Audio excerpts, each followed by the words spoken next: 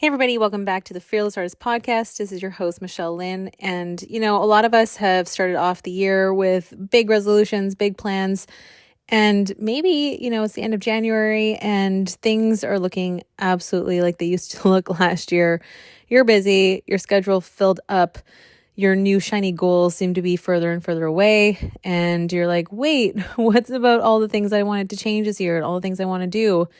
How do I know that I'm actually accomplishing anything and not just really, really busy? And I think this is really a big problem that creatives face because there's so much to do and we can always say yes to the next thing. We can always keep building and keep adding to our schedules. So at what point do you need to stop and say, hang on a second, I'm actually going in the direction that I want to go overall? And how do I know that I'm doing something with purpose and intention? And that's really why we created our community Fast Forward, where we get together on monthly calls and discuss these things. But this is also why I wanted to offer you guys a replay this week with a podcast that I actually recorded 18 months ago, September 2024, and it's called How to Not Burn Out as a Musician. And I've changed and evolved since that time, but I felt like a lot of the lessons in this episode were still true today. So I hope that it speaks to you. I hope that it helps you make decisions on when to say yes and when to say no and how to protect yourself so that you don't go over your boundaries and that you do not get into your red zone and you can continue to do what you love to do, what you were called to do as a musician and an artist to make this world a better place. So I hope that you love the episode. Coming up in Fast Forward, we have our Vision and Vibes workshop, which is actually happening this week. If you would like to know more about Fast Forward, please do send us a DM and we would love to get you connected to our community of 60 musicians. We have workshops and trainings happening every single month, as well as a vibrant community. So if you're looking for some positivity and encouragement, do not hesitate to reach out to join Fast Forward. In the meantime, here's the episode. Hope you love it. As always, thanks for listening. Be fearless. Hi there, and welcome to the Fearless Artist Podcast, where we empower classical musicians to build their own thriving careers. I'm your host, Michelle Lynne, and together with Deanna Petre, we teach artists to conquer the entrepreneurial side of their careers and create the futures they want. We are two freelance classical musicians who have lived and worked in Europe for a decade, and together we started the Fearless Artist Mastermind, a coaching company created to teach classical musicians how to overcome fear and take action on building their dream careers. In each episode, we will explore the intersection of artistry and entrepreneurship, teaching you the fearless mindset with practical steps and strategies to build a sustainable career. Get ready to build your own artistic brand, find a supportive community of musicians so that you don't have to figure out everything alone, and earn a living that you deserve. We believe that you can be a thriving artist and not a starving one, and we are redefining what it means to be a classical musician in the modern era. Well, hey everybody, and welcome back to the Fearless Artist Podcast. My name is Michelle Lynne, and I am the host of this podcast. And today I wanted to come on and do a solo episode talking about something that's extremely important. It's also really important to me, and this is how to prevent burnout as a musician. If you're listening, you're probably a freelance classical musician, and you know what the lifestyle is. It's not a normal lifestyle. It's running from thing to thing. It's juggling a huge to-do list. It's rehearsals, it's competitions, it's concerts, it's students and teaching and admin and trying to keep on track of everything. And also it's just learning a lot of skills that we didn't learn in school. We weren't prepared for this. We've had to learn everything on the fly. We didn't learn admin skills in school. We didn't learn how to take care of a business or what it would be like to even think about having a business as a musician. So I just think there's been a lot that has been thrown at us that we've had to really adapt and learn. If you're new, this is why we created the Fearless Artist Mastermind together with Deanna. We run coaching and memberships for musicians all over to help to learn how to navigate our careers and how do we make choices that are going to ultimately bring us to careers that satisfy and fulfill us and help us develop our strengths and skills. So today's episode, I just wanted to kind of dive in deep because learning this, I think, has been one of the biggest struggles of my life. I'm always someone who likes to do a lot of different things. And I think ultimately that has prevented me from going maybe as far or as deep as I could have because my focus has been diverted as well as my energy. First of all, I just want to thank everybody for listening. Your feedback means the world to me. This episode is something I've been planning for months, but I kind of started overthinking it because it is such a huge topic. So I just want to give some some caveats as we started. Like, obviously, I'm not a therapist or a psychologist. So if you do feel like you are on the edge of burnout or you're going through a huge stressful time, then I just want to encourage you to get the right help from the right professionals. I think today it's just going to be a bit more about like sharing my experience and some experiences of our audience, our community members in the Fearless Artist, and some strategies that we can use to help ourselves sustain the career, because it's not just about getting the opportunities. It's once they come, how do we keep things going so that we can take care of ourselves and have a long career that is fulfilling and brings us a lot of joy. Okay, so as you're listening, you may be hearing some things that you already know. Like, it's advice that you've heard before. So I just want to encourage you, ask yourself, and this goes for anything that you hear, how are you using the information? The heart behind the Fearless Artist is really not to just teach and educate, but to encourage people to take action, because probably you know what the right thing to do is right now, but you might not be doing it. And so the question becomes why? What's stopping you from stepping into it, taking action on what you know that you need to be doing?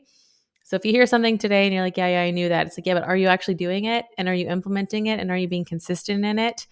And if you are, then great. Like, kudos to you. But I just feel like for me, as someone who's reviewed this content multiple times, because I also teach entrepreneurship at a university in Rotterdam, I'm always finding different ways to apply the information, how I can go deeper. So, what is burnout? World Health Organization defines it: a syndrome conceptualized as resulting from chronic workplace stress that has not been successfully managed. 3 main symptoms would be feelings of energy depletion or exhaustion, increased mental distance from one's job or feeling negative towards one's career, and reduced professional productivity. So, what can cause burnout for musicians? I mean, it's kind of how I started the episode. Our lifestyle is insane. We're on stage at night. I mean, we do not have a normal 9 to 5 job. However, a lot of us still wake up in the morning and think that we need to immediately start being productive. You know, you're like tackling your emails or you're going to start practicing or something, even though you may have had a concert until 10:30, 11. By the time you got home, it was past midnight. You know, skipping meals, constant travel, unending to-do list, learning to manage yourself, chaotic schedules. Our schedules are never the same. Concert projects, you know, you've got 8-hour rehearsal days sometimes. That's a 3-week project. And then when that project's over, you start something new. You're working with different people. So you can't necessarily fall into the habits of relationships with the same people over and over, because you're constantly changing your scenarios if you're on different projects. Performance stress that affects us physically. I learned in university, 80% of musicians have some kind of injury. So that's something obviously that a lot of us are dealing with. Our sense of responsibility to the concerts and the rehearsals. Obviously, we care deeply about what we do. We care about the quality of excellence. We want to be well prepared. A lot of us struggle with self-doubt or limiting beliefs in what we're bringing to rehearsal, or working with people that might be at a high level. And so you really want to be prepared and do your best. And then maybe you struggle with perfectionism. Maybe no matter how well you've performed, you're still counting mistakes or thinking about that thing that you missed or how you wished it would have gone better. So all of this combined, I mean, this is a huge combination. Reading this list even kind of stresses me out. For me, the reason I wanted to do this episode in the first place was because last February, my schedule was quite intense and I couldn't handle it anymore. But I had to keep going. But the other thing was that because there's so many things happening, I wasn't sure how to diagnose what the problem actually was. So I didn't know if it was, you know, I have seasonal affective disorder, long days with no sunshine. Was I just under too much stress from the work? Was I not spending my time recovering enough? Maybe I wasn't eating properly, or maybe it was just an emotional, or maybe it was hormonal, or I just didn't know what was going on. And I was just at a low point emotionally. Like, I was crying every day. I had like huge skin breakouts. I wasn't happy, you know, I just like kind of lost my bounce. And it was really hard. And I didn't know what to cut out. That's the other thing, you know, as musicians, I think we have a lot of people telling us all the time, like, oh, you're so busy, you're doing so much, and you're always running around. And like, yeah, because that's the lifestyle. Like, that is the career. That is how it works. And it's not a bad thing. So I've always been a little bit resistant to people who have, you know, the boring, not boring, but you know what I mean, normal jobs, the regular routine jobs, because it's like, you don't get it. Like, this is actually how our lives have to be. And I had people saying to me like, well, maybe you need to start saying no to concerts. And it's like, I've waited my whole life to have a performing career like this. Like, I'm not going to start saying no to getting to go play in France because I'm a bit tired, you know, or like people who are saying, oh, you got to take care of yourself, you know, and it's like, how do you know which voices to listen to, and how do you know where the limit is? These are things that I really struggled with. Today, I just wanted to share a little bit about what's helped me, because thankfully I came out of that. I think it lasted about 2 or 3 months where I was really down. And now we're in September, end of September. And I just had a really, really intense week last week. And I feel so great. I feel fit and strong and satisfied, and mentally have clarity, physically feel good.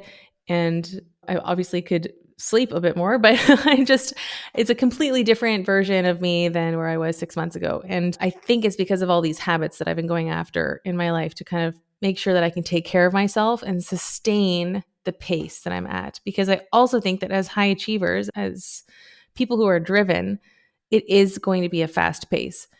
And the answer isn't necessarily to cut things out, although you might have to do that. And I'll get to that in a bit, because I did start saying no to some things. But ultimately, it's about sustaining what you're doing. Because when you feel called to something, when you feel like you've found your purpose, when you feel like you've hit gold, you don't want to just give that up or turn your back on it, right? You want to figure out, wait, like, how can I keep this going, and how can I do it in a healthy way? How can I maximize my output in a way that doesn't drain me? And there are things that we can do to do. Hey, everybody, real quick, I just want to say that if you are struggling to post on Instagram, first of all, you are not alone. Most musicians are sitting there scrolling and not knowing what they would actually post about.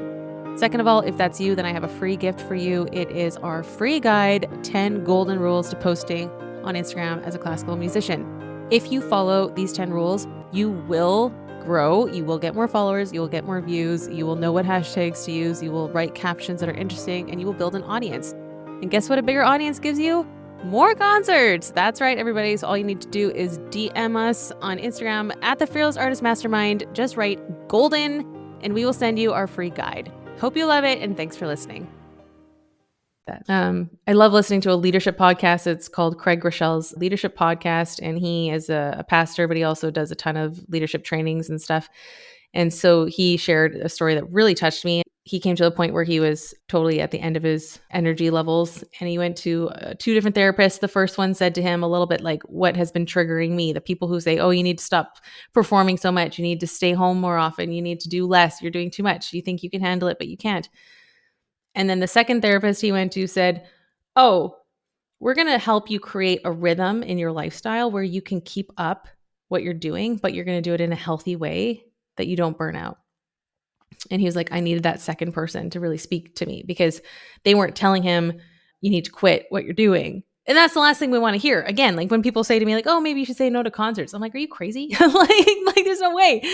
I'm going to do everything I can. Like, concerts are number 1 on my list. If I need to cut something out, it's not that. I'll try to figure out what else, So that was really hard for me, especially because you got to try and not defend yourself against people coming up with these little voices that get in your head. And you're not really sure what to do either, because something needs to change, but you're not sure what the right answer is. So anyway, this second therapist who said to him, like, oh, you're made differently. We're going to find you a schedule that works so that you don't have to slow down, but you're going to find a rhythm where you don't have to get depleted and then wait for your vacation, but you can actually sustain. So some questions for everybody listening. How can you create a lifestyle that you're not trying to escape from? Where you're not like, oh, I just got to get to the end of this project or finish this concert, and then I'll go on holiday and then I'll be okay. Well, how can we create a lifestyle for you today where you're okay all the time, and then vacation is just like a great bonus where you get to, really enjoy your life and go sit on the beach? But it's not that you weren't okay until you got to that moment. Can we find a lifestyle for you where you're recovering as you go? And we can learn this also from athletes who they work super hard in the gym, but then they need those recovery days so that they can get back in the gym and go hard, right? Like, musicians don't learn this. Like, you need the recovery days in order to be able to practice and perform at your top level. Not just like the 1-week holiday that most of us don't even take, by the way. I saw a lot of you musicians during the summer, and you weren't really on holiday because you were doing a festival or something. Second question, how can you create a life that you're excited to wake up to every day? Okay, so I got this great book called Touring and Mental Health by Tamsin Embleton. And it talks about a bunch of different musicians who live this life on tour and different strategies that they use. I grabbed this because I've been playing 10 concerts a month on average, usually in France or Belgium. I live in the Netherlands, so it's just been a lot of travel back and forth, a lot of scheduling. So the therapist in the book, she explains that you should, 1, anticipate the challenges that you're going to face. So if you have a super intense couple of weeks coming up, Like, think through what you're going to have to deal with. 2, develop positive counterbalances and practice new skills. And 3, increase your social and practical support and your self-care. So she writes, no matter where you're at, you can improve your stress management skills and build resilience. And I think that's a little bit why I felt like so much I wanted to share today. I've noticed that I've been able to build my resilience to the point where I'm not crashing today after such an intense week, but I'm able to keep going. And that to me is like a really green flag. And today in our fast forward call, which is our membership at the Fearless Artist, we have musicians who meet monthly on calls to share what's going on. There was another singer in there who shared that she's had a super intense few weeks, but that she is able to sustain the pace and she feels good. And she has noticed that she's at a completely different place than she would have been a year ago. She said, a year ago, I wouldn't have been able to say that I've been able to manage this level and keep going. So that was really cool to hear. So, of course, we can talk all day about time management, but I think for me, what it's been more is about energy management, because I noticed in those 3 months when I wasn't doing well, it wasn't that I didn't have the time. I did have the time. I just didn't have the energy. I was tired. And I was emotional. So what I started doing was, number 1, simplify. Just get everything off my plate that I didn't have to do. For example, when I'm traveling, every city that I stay in, I stay at the same hotel. I usually try to travel the same way, whether that's by train or by car, so that I don't have to figure out new information every time, and just kind of create a rhythm. Same way of getting there. Writing things down so I don't have to search for them about a specific city if there's something that I need to remember. Keeping things handy. Another big thing that I started doing was assigning certain days to certain roles that I play. So I talk a lot about this, but like, I've learned to kind of split myself into the different people that I am. So there's like performer Michelle, who does all the concerts, and then there's coach Michelle, who does TFA, which includes like the podcast hosting.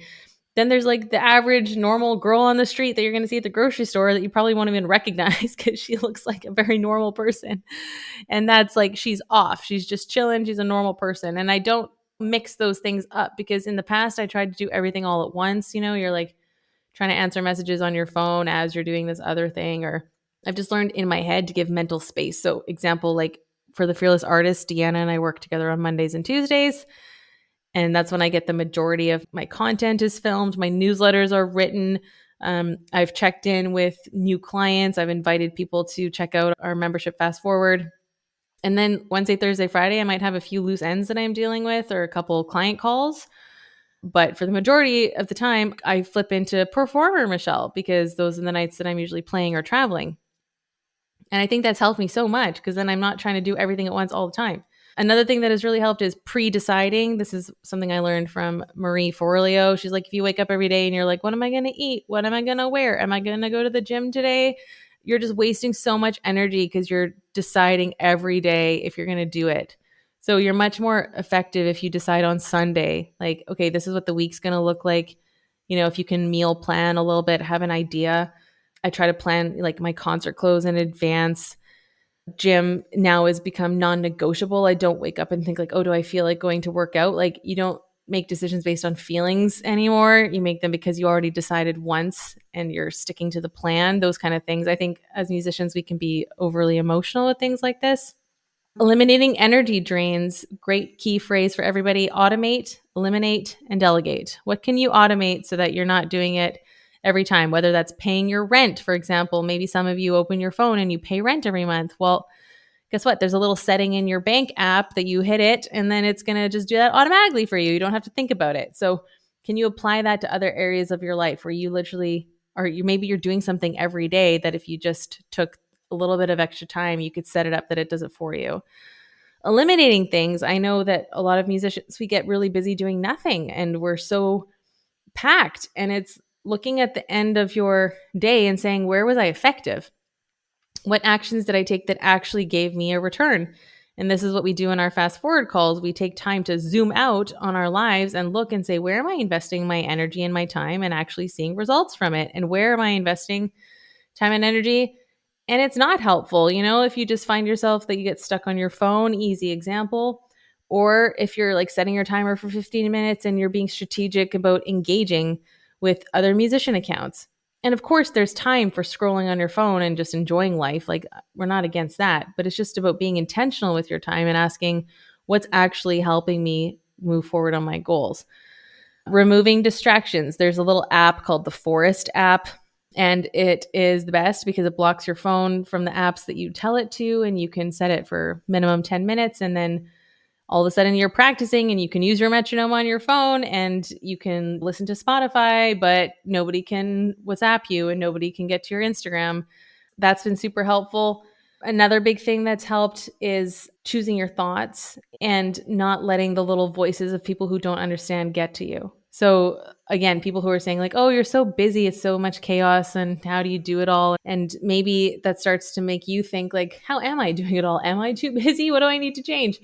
Just being really careful with who you let in your brain, I think is really important because that mental energy that it takes is definitely mental energy that you need to survive your schedule. Somebody asked me yesterday, how are you always on? The answer is I'm not. I'm not always on. I'm on when I come online because then I'm being very intentional about who I want to talk to. So if I go on my Instagram stories, it's because I have something that I want to share that I think could help people. That's why I'm doing this podcast right now, because I have something that I want to share that I think can be helpful. So that's when I've got my energy is high. I did my hair and makeup, but like the other day, somebody saw me at the grocery store and they're like, oh, I didn't recognize you because I'm not always on. And you shouldn't be. You need to have an equal time of recovery for all the times that you are on. And of course, the social media part doesn't show the low recovery parts. So it's easy to think that people don't take them, but they definitely do. Another thing that's helped is getting coaching. I talk about this a lot, but I do currently have a business coach. I'm in my own mastermind where I learn from other women who have businesses. I have a personal trainer. I have an accountant. I have worked with a life coach extensively for 4 or 5 years, helping me overcome perfectionism and self-criticism. I was in therapy for a few years.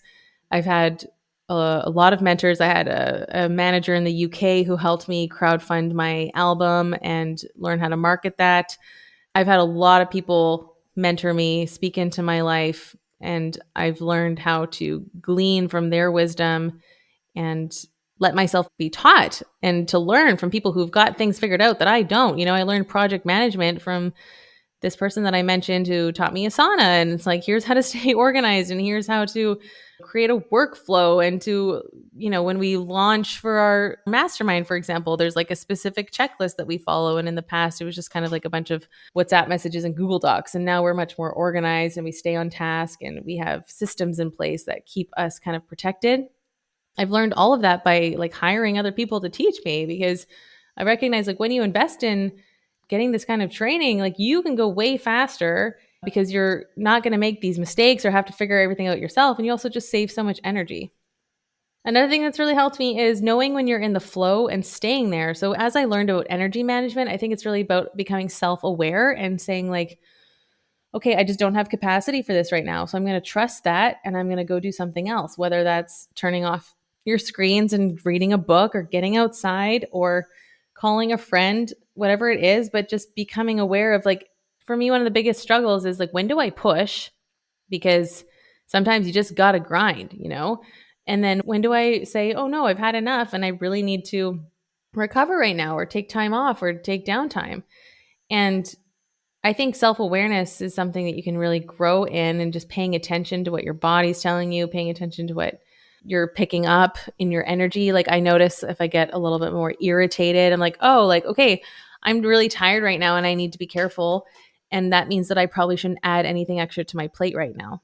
Another thing is, as I mentioned, when you know you're in flow to stay there. So today is a Tuesday. So that means that I worked with Deanna, but also I had a podcast interview that I did right before this with someone else, and we had a team meeting. But these are all things that are grouped in the same category. I'm not flipping around to a bunch of different things. I didn't have to like run across town and have a rehearsal, or I didn't have to teach a student. I think something that can really suck a lot of energy is when we're always task switching.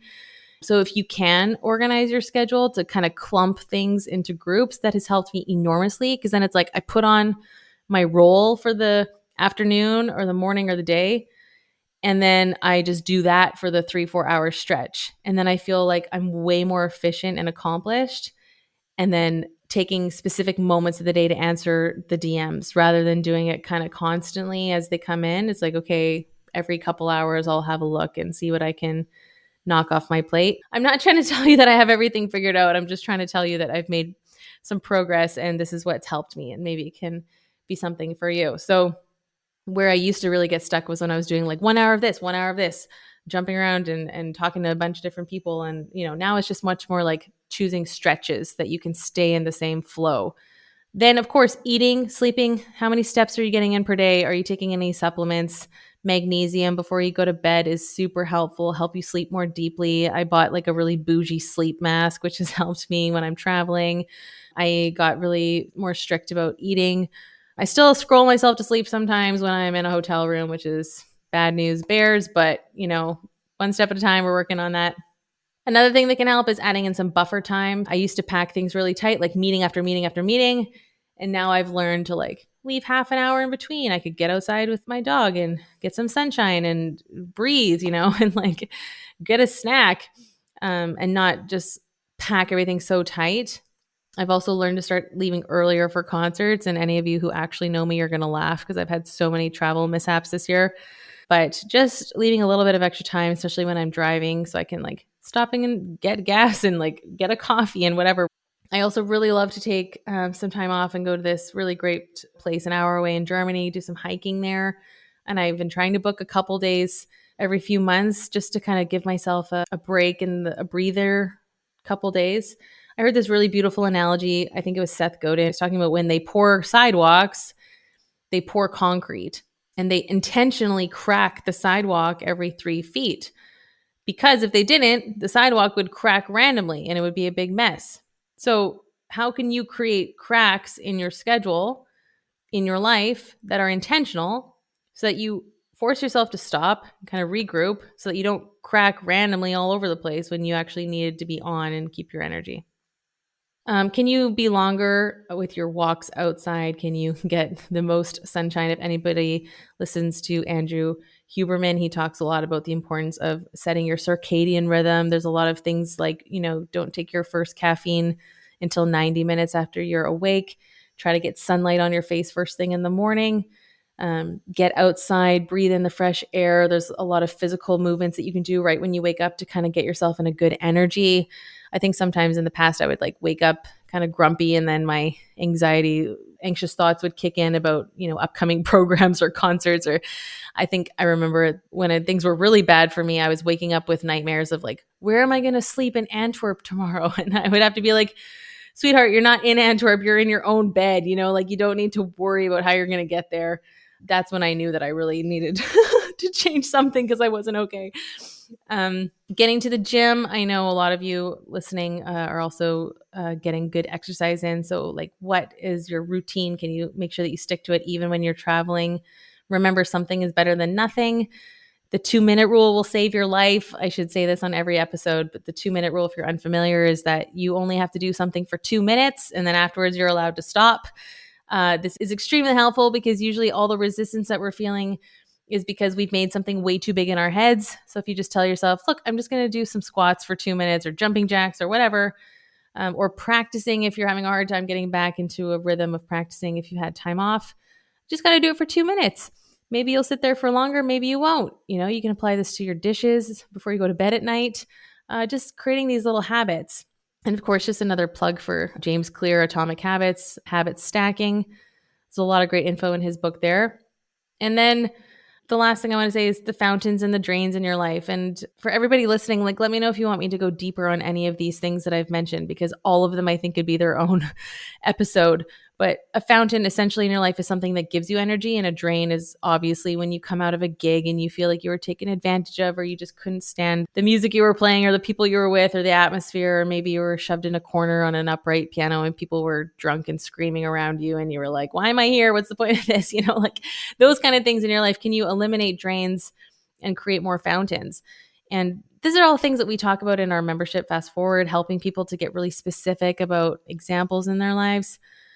And just, I started this podcast because I wanted to take more time and be vulnerable with my audience rather than just sticking to the 30-second Instagram reels that I usually make, because I want people to know the real deal. I think Instagram is giving, like, I have an amazing life and career, and there's so much that's fulfilling and exciting, and I'm so grateful. But there's also a very real behind the scenes. of the hard stuff. And that's why I think I'm sharing today so openly about what I've been going through and navigating this new level of intensity. And so I just want to be like open, super open. I've got an assistant, sweet Puck, shout out to Puck, and she books my hotels and my trains and travel. So I get a new concert date, I forward it to her. It's a WhatsApp message. And then within 3 days, everything is booked and it's in my iCal. And it's the most beautiful, relieving thing to see all the credit card payments come through and the hotels in my iCal and the trains and everything. It's like, just like sigh of relief, and of course there's a training process in that we went through, but now it's settled. So it's done. That's an example of like eliminating or delegating. Constantina, she does my content for me. So I'm filming different things throughout the day and then I put it together in an album and she puts together different trends or reels that she thinks could work on my page. And then she'll send them over. She even posts for me. So sometimes I'm in a coaching call and then like I've got an Instagram piece of content going out and that's amazing because then that's me being hands off, but still getting the content out and being visible for my audience. So that's really awesome. So, is there someone in your life that you can bring on board to help you? Start to think about who you can ask, whether it's a student that you have that has good admin skills, someone that you can start getting help with your schedule, content creation, emails, administrative tasks that you particularly don't like, poster design on Canva, copywriting. Is there someone in your life that you can bring on editing to help you? Just don't get stuck. If you see that you've hit your ceiling, then it's time to look for who can help you and start to get other people on board. And if you're worried about investing, then I would really encourage you to look at the numbers and give yourself, 3 months of investing in an assistant. And then at the end of 3 months, ask yourself, did I earn this money back by having them? Did I get more concerts? Did I get more students? Did I get more rest? Which is going to help you sustain your career so that when you're 75 years old, well, maybe not 75, but I hope I'm still playing at 75, you're still going, because then you're going to be able to earn money when you're old doing that rather than giving up and quitting because you didn't take the rest that you needed now. And then lastly, the thing that I wanted to share is I ended up quitting my conservatory job in Maastricht. And that was a very difficult decision. I wrestled with that for a long time. I didn't want to let down the people I worked with. I really liked my colleague. I love the students. But when I looked at the things that I was doing in my life between performing and running a chamber music series and TFA, and it was like, okay, I think this is the thing that has to go. And I just want to encourage everybody listening, like sometimes you're going to have to say no to really good things in your life in order to make room for the great. And that's really scary because you're like, wait, I worked really hard for this opportunity and I've only been doing it for 2 years. So is it really smart to turn and walk away? Like, how does this make any sense? And I think, when you're a freelancer and you're looking for opportunities and then you get one, you're like, it doesn't make sense to leave it. Is it irresponsible of me? Will something else come? And I had a good friend who said to me, trust your entrepreneurial spirit that you will be able to create the income that's missing, or you just need the space in your schedule for whatever new that's going to come in. And that really changed things for me. He also really encouraged me when I wasn't able to quit because I felt really guilty and I wanted to please the person who asked me to stay an extra half a year. And I was like, yes, of course, I understand. You can't find anyone to replace me. Yes, no problem. And then thanks to a good conversation, I was able to say like, wait, no, I really think that I can't handle it. And remembering how difficult that period earlier this year was for me, I was like, I can't risk that happening again. I have to protect myself and also protect the people in the Fearless Artist who need me and my performing who need me. So sometimes when we're saying no to one thing, it's because we would just really want to say yes to the other thing. And that helped me a lot as well. And then they ended up finding a great replacement for me. So it wasn't even an issue, but it felt like a big issue. So just if you're listening and you think, I can't quit because X, Y, and Z, I would just ask you to really evaluate, is that true? Because I thought it was true and it wasn't.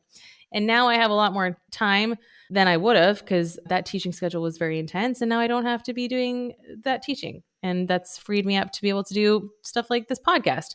So there you go. I hope this has helped you. Remember that you're not alone. Remember that there is a great community of fearless musicians out there who are pursuing their dreams, who are saying no to fear every day. We feel it, but we still put ourselves out there because we know the importance of finding the audience.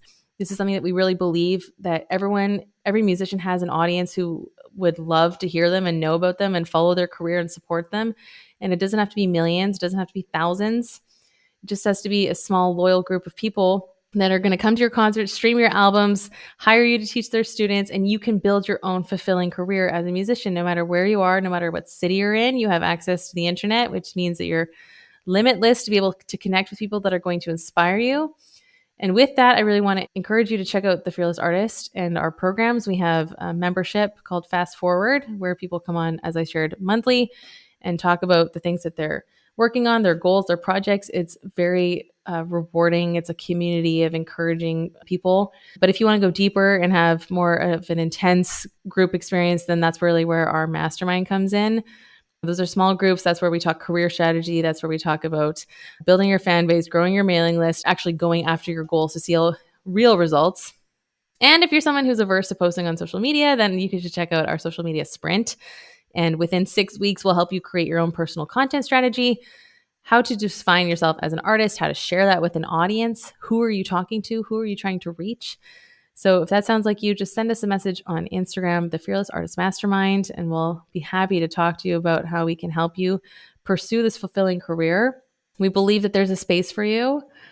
And one more thing that I wanted to share, because I think it's really important. And I know this isn't for everyone, so I just want to put that out there. But my faith has helped me so much in being able to make these adjustments in my life and decisions.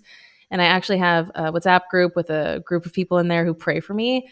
And especially with my traveling and the performance stress that I have felt, the intensity of the schedule, I just really ask them to cover me and to pray for me. And I feel it. I really do feel so much love. And so I just wanted to say that God is my source and my strength. And it's been so helpful as I've been navigating my career, like when to say yes and when to say no, and what's the right decision for me. And am I missing out? And did I make the right decision? And what about everyone else who seems to be doing so great? And it's just been about really helping me reframe. Like, I believe that we've all been given a unique purpose with a unique skill and strength and calling, and that you don't have to compete or compare yourself to anyone else, because there are people out there who need your gift, your individual gift. And it's a gift that we've been given and that we're called to steward and craft and share. And that's really my heart. And that's really what we hope for everyone who comes into the Fearless Artist community, that they know that they are just so deeply valued and that there's space for them as individual musicians within the larger community. So just wanted to finish with that. Feel free to reach out to me anytime if you want to talk further. And I would love your feedback on this episode. Again, it's a lot of information, so please tell me what jumped out to you, what helped you. We love to finish our calls with a takeaway, an action point. So your action point today is to decide which one of the 10 things that I mentioned are you going to implement, whether that is getting in more steps per day, whether that's organizing your schedule so that you can stay in flow and not jump tasks all day, whether that's you're going to join a community or get more involved with other musicians and learn from them.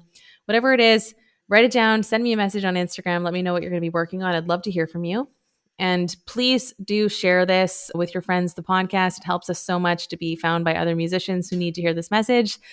Remember that rest is productive, that you're taking care of yourself. When you choose to invest in wellness and your mental health and being outside, remember that life isn't a race that you have to win and that we are playing the long game here. We're going for the long game. So it's not always about what's next.